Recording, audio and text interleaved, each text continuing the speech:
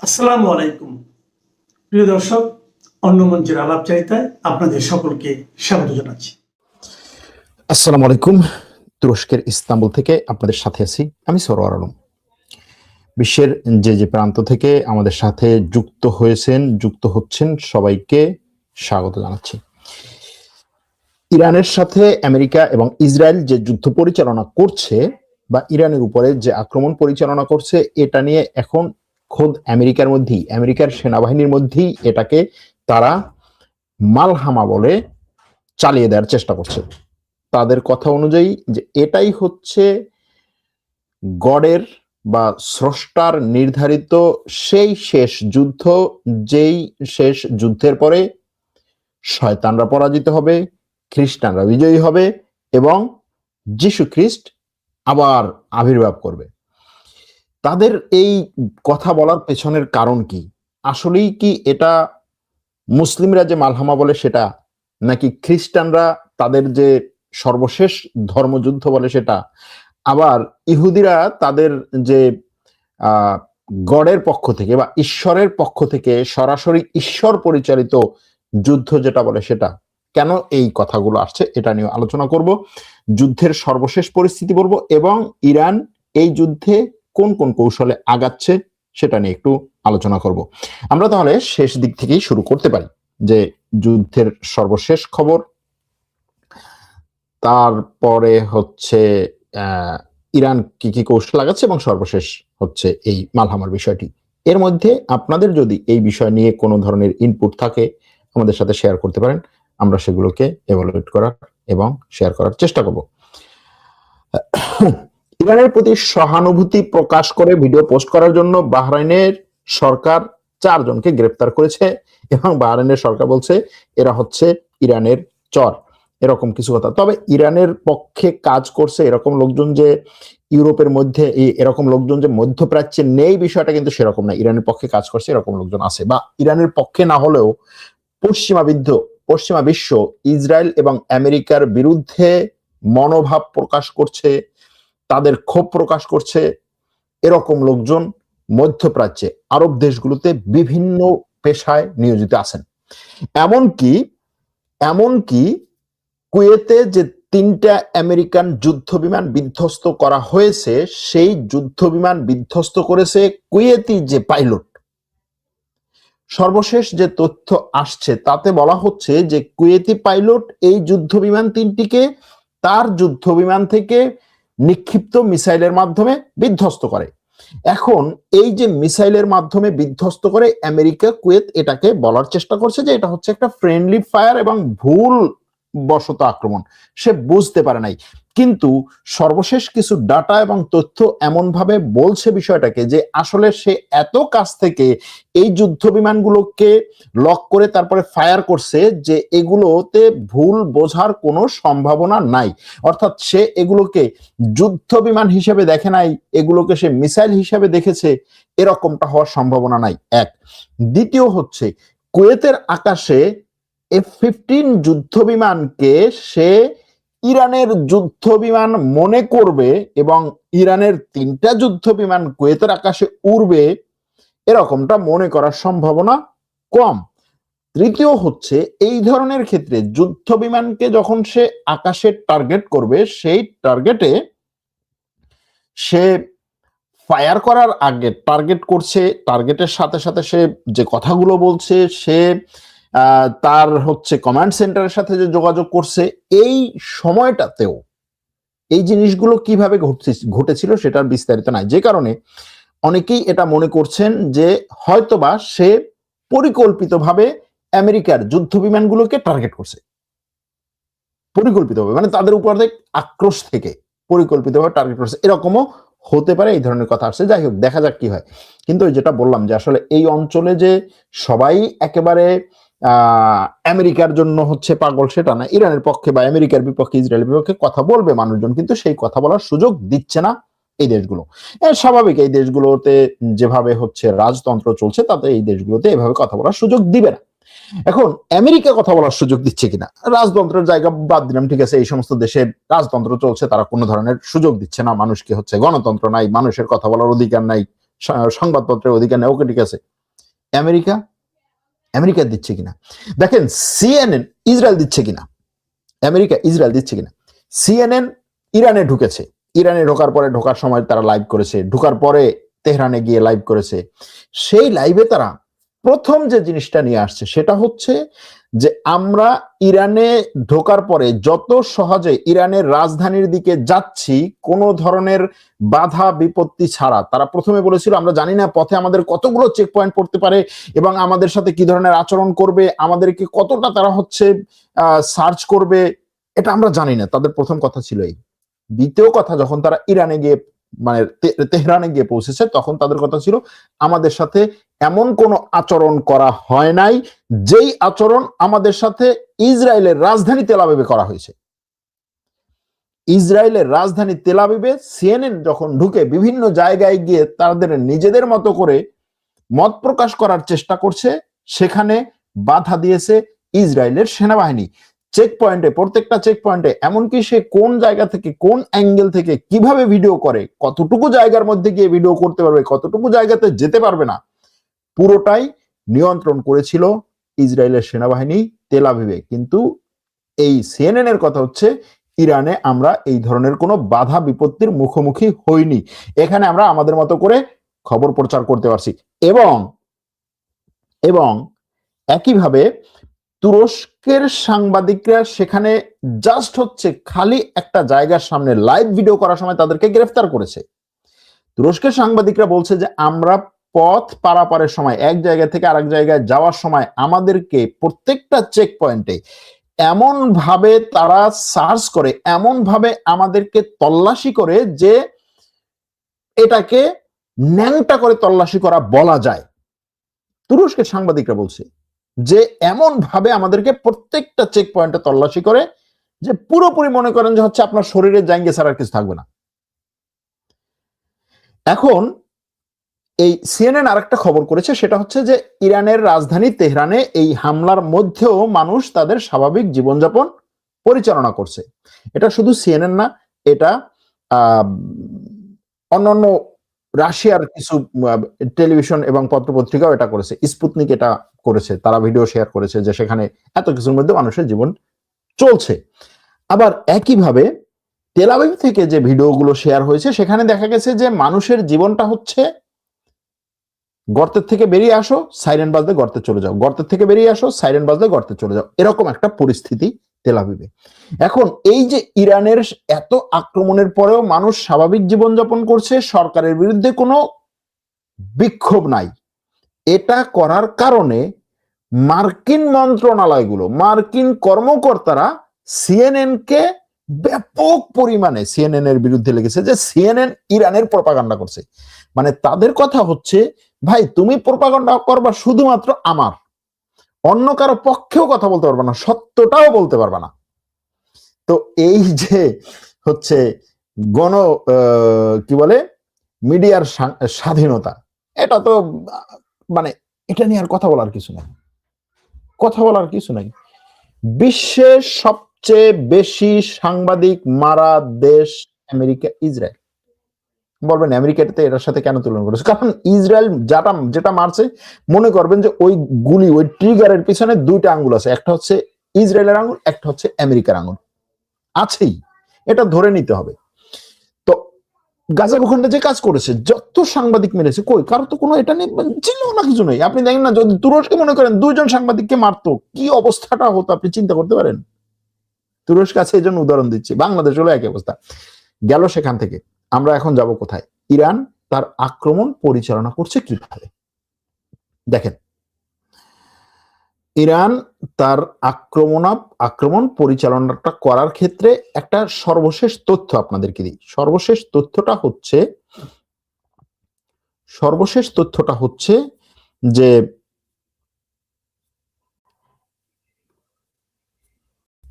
ইরানে, এক মিনিট, সর্বশেষ তথ্যটা হচ্ছে ইরান এই মধ্যপ্রাচ্যে আমেরিকার কোম্পানিগুলো, আমেরিকার যে সমস্ত টেক কোম্পানি আছে বা আমেরিকার যে সমস্ত আইটি কোম্পানি আছে সেই কোম্পানিগুলোর ডাটা সেন্টারে আক্রমণ করেছে। এটা অবশ্য নতুন না, কিন্তু এখানে নতুন যে ঘটনাটা সেটা হচ্ছে যে এই আক্রমণের মাধ্যমে ইরান নতুন একটা বার্তা দিচ্ছে। এই আরব দেশগুলোতে বা উপসাগরীয় অঞ্চলে মাইক্রোসফটের যে ডাটা সেন্টার সেটাকে লক্ষ্য করে হামলা করেছে বলে বিভিন্ন খবরে বলা হয়েছে। এর আগে আমরা কি জানি যে আমাজনের ডাটা সেন্টারে হামলা হয়েছে, এখন মাইক্রোসফটের ডাটা সেন্টার। এটা কিন্তু সাধারণ আমাজনের মতো কোনো প্রযুক্তিগত অবকাঠামোর উপরে হামলা না, প্রযুক্তিগত অবকাঠামোর উপরে নর্মাল কোনো হামলা না। মাইক্রোসফটের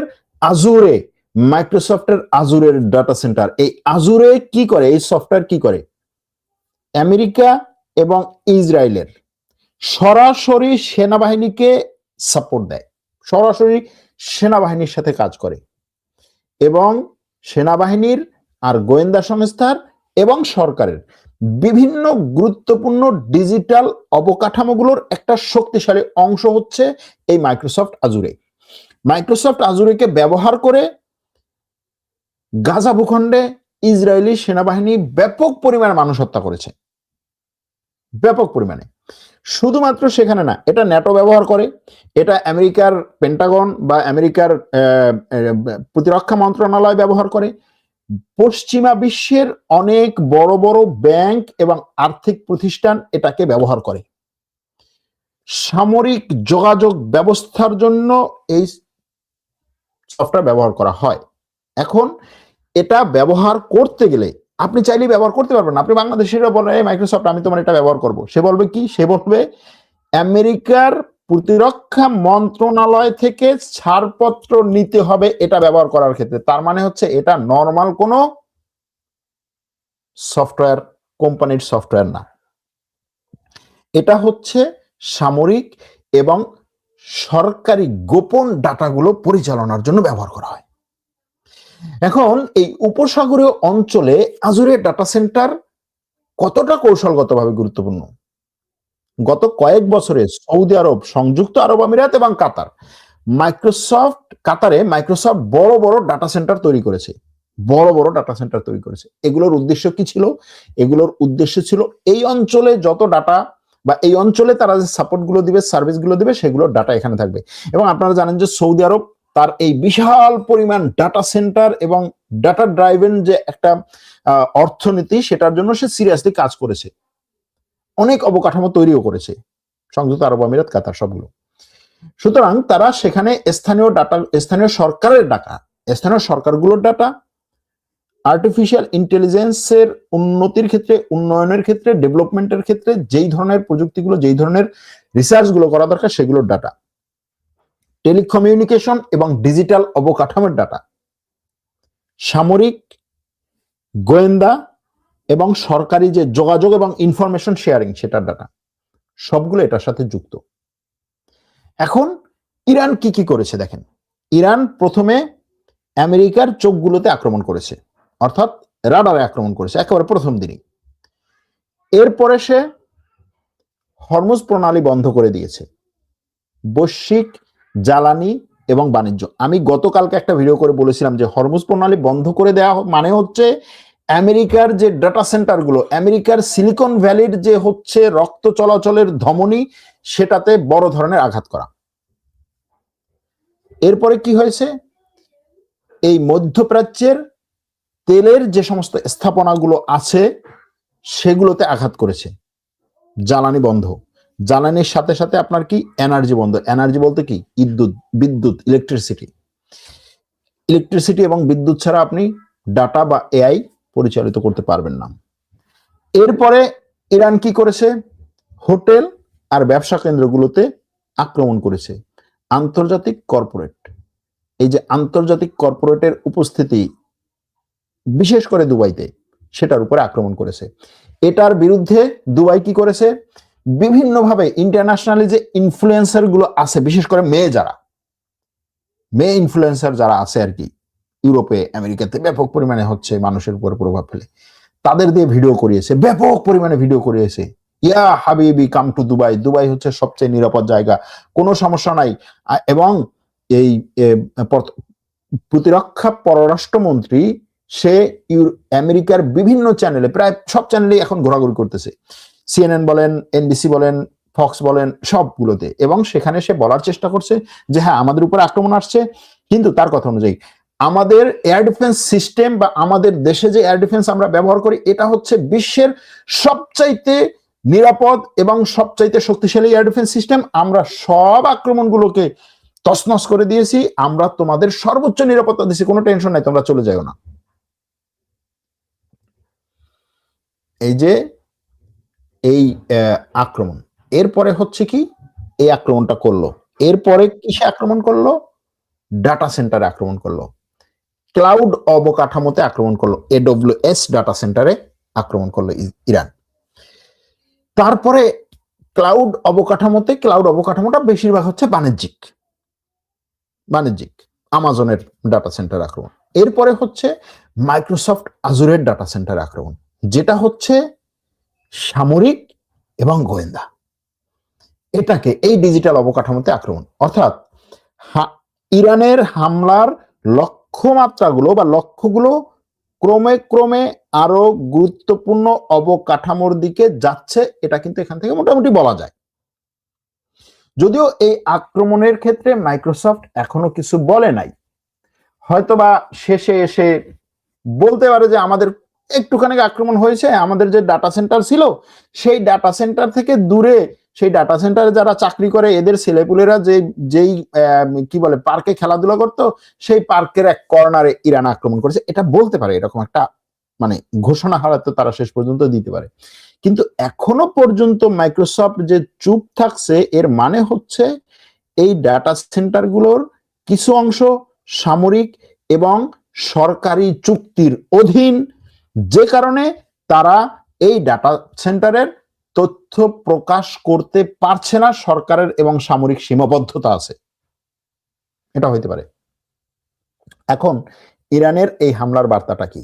ইরানের এই হামলার বার্তা হচ্ছে উপসাগরীয় অঞ্চলকে এতদিন পর্যন্ত আমেরিকা তার ডিজিটাল অবকাঠামোর একটা অভয়ারণ্য হিসাবে গড়ে তোলার যে পরিকল্পনা করেছিল, এবং সেটার সাথে আমেরিকার এই যে এআই বাবল এবং এই কি বলে রোবোটিক আর্টিফিশিয়াল ইন্টেলিজেন্স ডিজিটাল অবকাঠামো, তারপরে হচ্ছে তার এই ডাটা ড্রাইভেন যে অর্থনীতি, সেটাকে মধ্যপ্রাচ্যে নিয়ে এসে এখান থেকে সবকিছু পরিচালনা করার যে পরিকল্পনা করেছিল, যেই পরিকল্পনার একটা অংশ হচ্ছে গাজা ভূখণ্ডকে আমেরিকা নতুন করে তার হচ্ছে সিলিকন ভ্যালি হিসেবে পরিচালনা করার একটা চিন্তা ভাবনা করেছিল, সেই জায়গায় সেই বাড়াভাতে ছাই দিচ্ছে ইরান।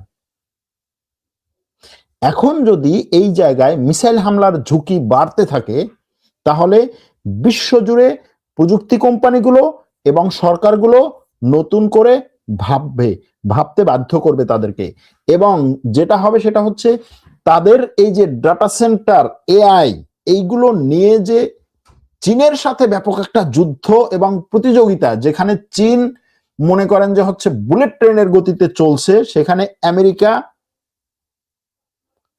হাই স্পিডে কি বলে এটাকে গাড়ির গতিতে চলছে, আমেরিকা সেই বুলেট ট্রেনের গতি পেতে চাচ্ছিল, সেখানে নতুন করে ধাক্কা খাবে। দ্বিতীয় হচ্ছে আমেরিকার খুঁজতে হবে যে আমি এই ডিজিটাল অবকাঠামোর জন্য নতুন নিরাপদ এলাকা কোনটা। বিশ্বজুড়ে প্রযুক্তি কোম্পানিগুলো এবং সরকারগুলোকে নতুন করে ভাবাবে। সুতরাং ইরানের উপরে যে আক্রমণ আমেরিকা ইসরায়েল যেই পরিকল্পনা করেছিল, ইরান তার পাল্টা আক্রমণটাকে ব্যাপকভাবে বিস্তৃত করে সেই পরিকল্পনায় বড় একটা ধাক্কা দিয়েছে। উপসাগরকে বা উপসাগরীয় অঞ্চলকে নিরাপদ বিনিয়োগ এলাকা হিসেবে প্রতিষ্ঠা করার যে প্রচেষ্টা আমেরিকা, ইসরায়েল, সংযুক্ত আরব আমিরাত এবং সৌদি আরবের ছিল, সেটাকে কঠিন একটা প্রশ্নবিদ্ধ অবস্থায় নিয়ে গেছে। এখন এখান থেকে কি হতে পারে? আমেরিকার সাবেক পররাষ্ট্রমন্ত্রী, বাইডেনের সময়ের পররাষ্ট্রমন্ত্রী, সে বলছে যে ট্রাম্পকে আমরা গত 2 বছর ধরে যেভাবে দেখছি, সেটা হচ্ছে ট্রাম্প তার মতো করে সে যদি কোনো জায়গায় আটকে যায়, সে টাস করে উঠে বলবে, আরে আমি তো সফল হয়ে গেছি, আমি বিজয়ী হয়ে গেছি, আমার এখানে এইভাবে বিজয় হয়েছে, শেষ। সে নিজেকে ব্যাপক পরিমাণে বিজয়ী ঘোষণা দিবে। এটা সে প্রথম যে 12 দিনের যুদ্ধ হলো সেখানে সে দিয়েছে, আরে ইরানকে আমরা এমন আঘাত করছি, ইরান আর জীবনেও কোনোদিন পরমাণু অস্ত্রের ধারে কাছেও যেতে পারবে না, ইরানের কোমর ভেঙে দিয়েছি বলছে না, এবং আমরা সফল। এবং তার কথা ছিল, আমার মতো এরকম আমেরিকার প্রেসিডেন্ট তোমরা এর আগে আর পাও নাই, আমি আমেরিকার সেনাবাহিনীকে বিশ্বের 1 নম্বর সেনাবাহিনী করেছি, এমন সেনাবাহিনী করেছি যার বিরুদ্ধে যুদ্ধ করা তো দূরের কথা, তার দিকে চোখ তুলেও কেউ তাকাবে না। দেখো নাই ভেনিজুয়েলা থেকে আমি কিভাবে হচ্ছে আমার সেনাবাহিনী গিয়ে ভেনিজুয়েলা প্রেসিডেন্টকে নিয়ে আসলো, একটা টুটা শব্দ হয় নাই, সেনাবাহিনীর কারো একটা চুল পর্যন্ত পশম পর্যন্ত ছেড়ে নাই, এরকম কথা সে বলেছে। এবং ইরানে ঢুকেছে। এখন ইরানে যদি সে বেশি আটকে যায় এবং সেখান থেকে যদি তার পিছপা হতে হয়, আসলে যতটা বোঝা যাচ্ছে ট্রাম্প পিছপা হতে চাচ্ছে, তখন সে কি বলবে, দেখো ইরানে আমি ব্যাপক পরিমাণে সফল, ইরানের খামেনেইকে হত্যা করেছি, এটা বিশ্বে আর কেউ কখনো পারে নাই, তার দিকে তাকাতেই পারে নাই, সাহসী করে নাই। বাস্তব, ইরানের 50 জন জেনারেলকে আমি হত্যা করেছি, ইরানের সেনাবাহিনীর কোমর ভেঙে দিয়েছি, ইরানের বিপ্লবী গার্ড এখন আর নাই, তারা শেষ, ইরান শেষ, ইরানের রেজিম চেঞ্জ হতে অল্প কিছুদিন বাকি আছে, ইরানের অর্থনীতি শেষ, ইরানের মিসাইল সিস্টেমকে আমি ধ্বংস করে দিয়েছি, ইরানের সেনাবাহিনীর কোনো ক্ষমতাই নাই, ইরানের এখন আর কোনো বন্ধু রাষ্ট্র নাই, ইরান এখন দুনিয়ার সবচেয়ে একেবারে কোণঠাসা একটা রাষ্ট্রে পরিণত করেছে, সুতরাং আমি বিজয়ী, আমার সেনাবাহিনীকে বিজয়ী বেশে আমি দেশে নিয়ে আসবো। এটা হয়তো একটা সময় বলতে পারে, কিন্তু কিন্তু যেই জায়গাতে এখন এসেছে এবং আমেরিকা ইসরায়েল, বিশেষ করে ইসরায়েল এই যুদ্ধকে যেই জায়গায় নিয়ে যেতে চাচ্ছে, সেই জায়গায় ট্রাম্পকে ব্যাপক পরিমাণে চাপ দিয়ে নিয়ে যাওয়ার চেষ্টা করছে। কারণ অনেকগুলো, এপস্টাইন ফাইল 1 নম্বর কারণ, এর বাইরে আরো অনেকগুলো কারণ আছে, গতকালকের ভিডিওতে আলোচনা করছি, সেদিকে যাব না।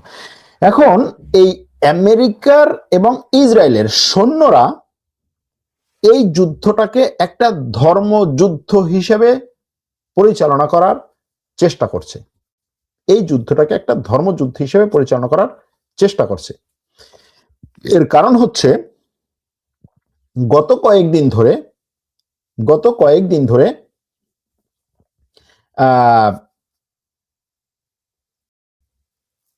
আমেরিকার অনেকগুলো গণমাধ্যম এবং ইসরায়েলের গণমাধ্যম, মধ্যপ্রাচ্যের গণমাধ্যম, ব্রিটিশ গণমাধ্যম, তারা খবর করেছে যে আমেরিকার সৈন্যদেরকে আমেরিকার বিভিন্ন লেভেলের জেনারেলরা বলছেন যে তোমরা যে ইরানের বিরুদ্ধে যুদ্ধে যাচ্ছ, তোমাদেরকে যে ইরানের বিরুদ্ধে যুদ্ধে পাঠাচ্ছি, তোমরা যদি মারা যাও তোমরা শহীদ হয়ে যাবা, কোনো সমস্যা নাই, কারণ হচ্ছে এই যুদ্ধটা ঈশ্বরের পক্ষ থেকে পরিচালিত একটা ঐশী যুদ্ধ, এই যুদ্ধটা হচ্ছে আর্মাগেডন, যেটাকে বলা হয় যে যীশু খ্রিস্টের, এই যুদ্ধের পরেই যীশু খ্রিস্ট আবার আসবে দুনিয়াতে, সুতরাং এরকম একটা যুদ্ধের ভবিষ্যৎবাণী যে করা হয়েছিল, তোমরা এখন সেই যুদ্ধের অংশীদারি হচ্ছ, এটা তোমাদের জন্য অনেক বড় একটা সৌভাগ্যের ব্যাপার, সুতরাং তোমরা যাও ইরানে এই যুদ্ধ করো, ইরানে এই যুদ্ধ করার মাধ্যমে তোমরা যীশু খ্রিস্টকে ফিরিয়ে নিয়ে আসো। এই মার্কিন সামরিক কর্মকর্তা, ধর্মীয় গোষ্ঠী, বিশেষ করে এভাঞ্জেলিক যে ধর্মীয় গোষ্ঠী, তারা, কিছু রাজনৈতিক ব্যক্তি, কিছু মিডিয়া ভাষ্যকার এই জিনিসটাকেই সামনে নিয়ে এসছে, তারা এটাকে বলছে আর্মাগেডন, যেটা মুসলিমদের জন্য বা ইসলামে যেটাকে হচ্ছে মালহামাতুল কুবরা বলা হয়, যে সবচাইতে বড় এবং বিশ্বের সর্বশেষ যুদ্ধ, যেই যুদ্ধের পরে ঈসা আলাইহিস সালাম আসবে, যেই যুদ্ধের পরে হচ্ছে কি বলে দাজ্জালের আবির্ভাব হবে, এটা হচ্ছে সেই ধরনের একটা যুদ্ধ, এরকম ভাবেই এখন বলা হচ্ছে আমেরিকা এবং ইসরায়েল। ইসরায়েলের একজন সৈন্যের যে ভিডিও গতকালকে শেয়ার হয়েছে, সেখানে সে সরাসরি এটা বলছে যে আমরা এই যুদ্ধ পরিচালনা করছি, ইসরায়েলের যে 3rd টেম্পল গঠন করার প্রতিশ্রুতি আমাদেরকে গড ঈশ্বর দিয়েছে, আমরা সেই প্রতিশ্রুতির বাস্তবায়নের একেবারে কাছাকাছি চলে এসেছি, সেটার জন্য আমরা যুদ্ধ করছি, এখানে আমরা শহীদ হয়ে গেলে শহীদ হয়ে যাব, আর বেঁচে থাকলে আমরা বড় একটা সৌভাগ্যবান সেনাবাহিনীর অংশ হব, আমরা গ্রেটার ইসরায়েল গঠন করার জন্য যুদ্ধ করছি। আমেরিকার এভাঞ্জেলিকরা বলছে যে আমরা যেটার জন্য এই ধর্মকর্ম পালন করি সেই অতি প্রতীক্ষিত যুদ্ধ আমাদের সামনে চলে আসছে, সুতরাং এখন এটা হচ্ছে সবচেয়ে বড় সেই ধর্মযুদ্ধ। এইদিকে যদিও মুসলিম বিশ্বে এটাকে ধর্মযুদ্ধ হিসেবে না দেখলেও ওইদিকে এটাকে ধর্মযুদ্ধ হিসেবে দেখা হচ্ছে, এবং শুধুমাত্র আজকে না, অন্তত গত 40 বছর ধরে এরকম একটা ধর্মযুদ্ধ মধ্যপ্রাচ্যে হবে। তোমরা সেই ধর্মযুদ্ধের জন্য প্রস্তুত হও। এভাবে স্টুডেন্টদের, ছাত্রদের, যুব সমাজদের নতুন করে ঢোকা সেনাবাহিনীর মধ্যে সৈন্যদের ব্রেন ওয়াশ করা হয়েছে। মার্কিন সামরিক ধর্মীয় স্বাধীনতা সংস্থা, military religious freedom foundation, MRFF, তারা বলছে যে তাদের কাছে সেনাবাহিনীর মধ্য থেকে সাধারণ সৈন্যরা তাদের কাছে অভিযোগ করেছে যে আমাদেরকে যেই সমস্ত সামরিক কর্মকর্তারা এই যুদ্ধ নিয়ে ব্রিফ করছে এবং আমাদেরকে প্রস্তুত করছে, তারা বলছে যে এই যুদ্ধ হচ্ছে ঈশ্বরের পরিকল্পিত এবং এটা আর্মাগেডনের একটা অংশ। তারা বলছে এটা। তাদের কথা অনুযায়ী একজন সৈন্য অভিযোগে লিখেছেন যে আমাদের কমান্ডার আমাদেরকে বলছেন যে এই যুদ্ধটা হচ্ছে ঈশ্বরের ঐশী প্ল্যান, ঐশী পরিকল্পনা, এবং বাইবেলে বর্ণিত যে আর্মাগেডন সেটার একটা শুরু। এমনকি আমরা জানি যে ডোনাল্ড ট্রাম্পকে তার সাপোর্টাররা, তার যে সমস্ত ধর্মীয় গুরু আছে, তারা ডোনাল্ড ট্রাম্পকে জনগণের কাছে এভাবেই প্রচার করছে যে ডোনাল্ড ট্রাম্প হচ্ছে যিশুর দ্বারা নির্বাচিত একজন ব্যক্তি, যিনি এই যিশুর আসার পথ উন্মুক্ত করে দিবেন। গতকালকে ডোনাল্ড ট্রাম্পকে নিয়ে হোয়াইট হাউসে তাদের যে ধর্মীয় আচার আচরণ এবং সেখানে যে দোয়া অনুষ্ঠান হয়েছে সেখানেও এভাবেই প্রচার করা হয়েছে।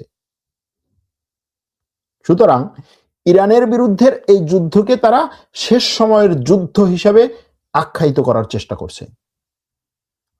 মার্কিন এভাঞ্জেলিক্যাল খ্রিস্টান গোষ্ঠী বলছে যে ইসরায়েলকে কেন্দ্র করে একটা বড় যুদ্ধ শুরু হবে, এটা তো আমরা আগেই বলেছি। এবং এজন্য দেখবেন যে এভাঞ্জেলিক্যাল খ্রিস্টান গোষ্ঠী যারা, তারা কিন্তু ইসরায়েলের এবং ইহুদিদের জায়নবাদের কাছাকাছি খ্রিস্টান হলেও, কারণ তাদের ধর্মবিশ্বাসে হচ্ছে যে ইসরায়েলকে কেন্দ্র করে একটা বড় যুদ্ধ হবে, যুদ্ধটা হবে মধ্যপ্রাচ্যে এবং এটা মধ্যপ্রাচ্যের সব জায়গায় ছড়িয়ে পড়বে।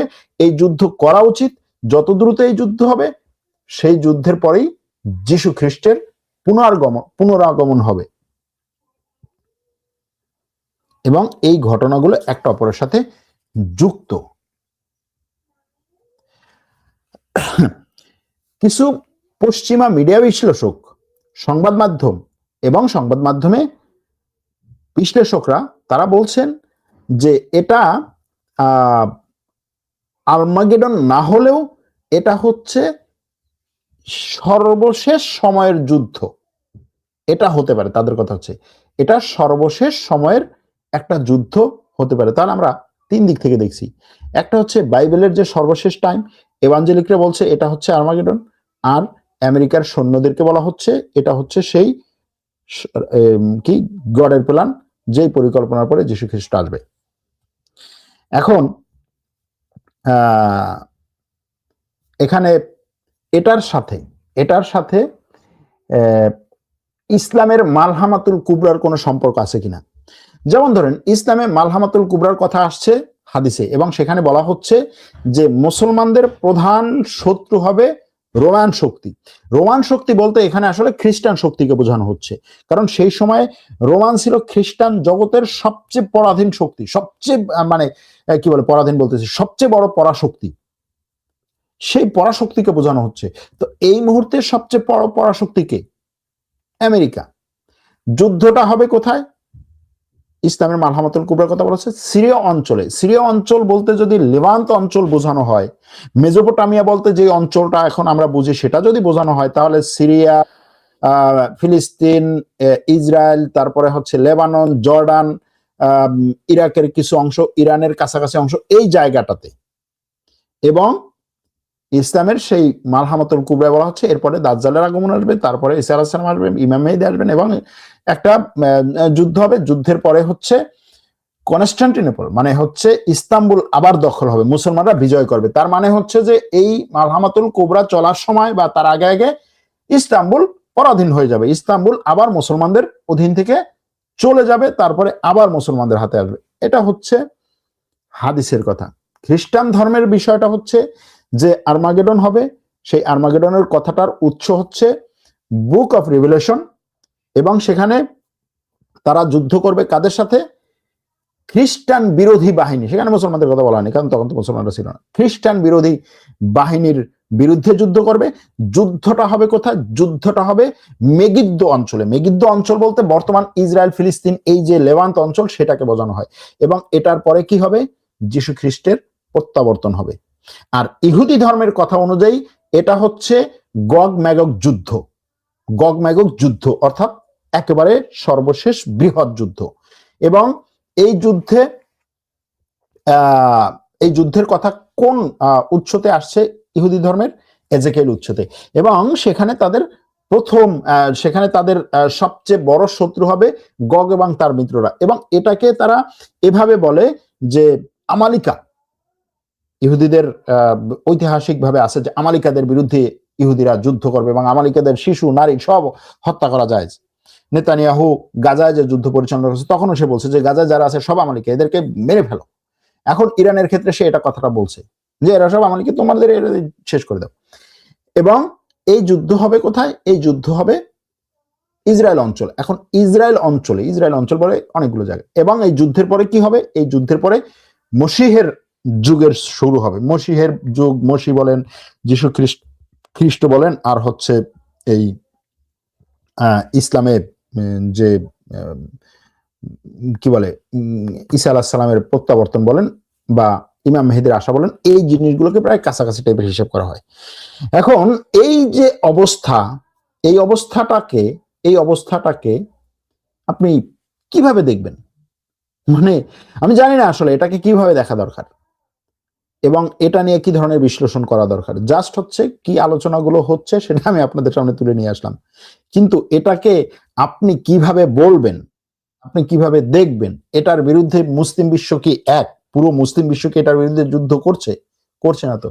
মুসলিম বিশ্ব বলতে আপনি সুন্নি মুসলিম বিশ্ব যদি বলেন, অথবা আহলে সুন্নাত ওয়াল জামায়াতের যে অংশটা, সেই অংশটা তো এই যুদ্ধে নাই। এবং আহলে সুন্নাত ওয়াল জামায়াতের যে অংশ, তারা শিয়াদের এই অংশটাকে, যারা এখন ইরানে ক্ষমতায় আছে, তাদেরকে তো সঠিক আকীদারই মনে করে না। সুতরাং তাদের আকীদাগতই তো এখানে সমস্যা আছে। সুতরাং এটাকে আপনি মুসলমানদের সাথে খ্রিস্টানদের যুদ্ধ বা মুসলমানদের সাথে সেই বৃহৎ যুদ্ধ যদি বলেন, তাহলে এখানে মুসলমান কারা? হ্যাঁ, এই যুদ্ধে আমরা ইরানের বহু দর্শক আমাদের ইরানের পক্ষে। এটার অনেকগুলো কারণ আছে। 1 নম্বর হচ্ছে ইরান এখানে মাজলুম, ইরানের উপরে জোর করে চাপিয়ে দেয় একটা যুদ্ধ।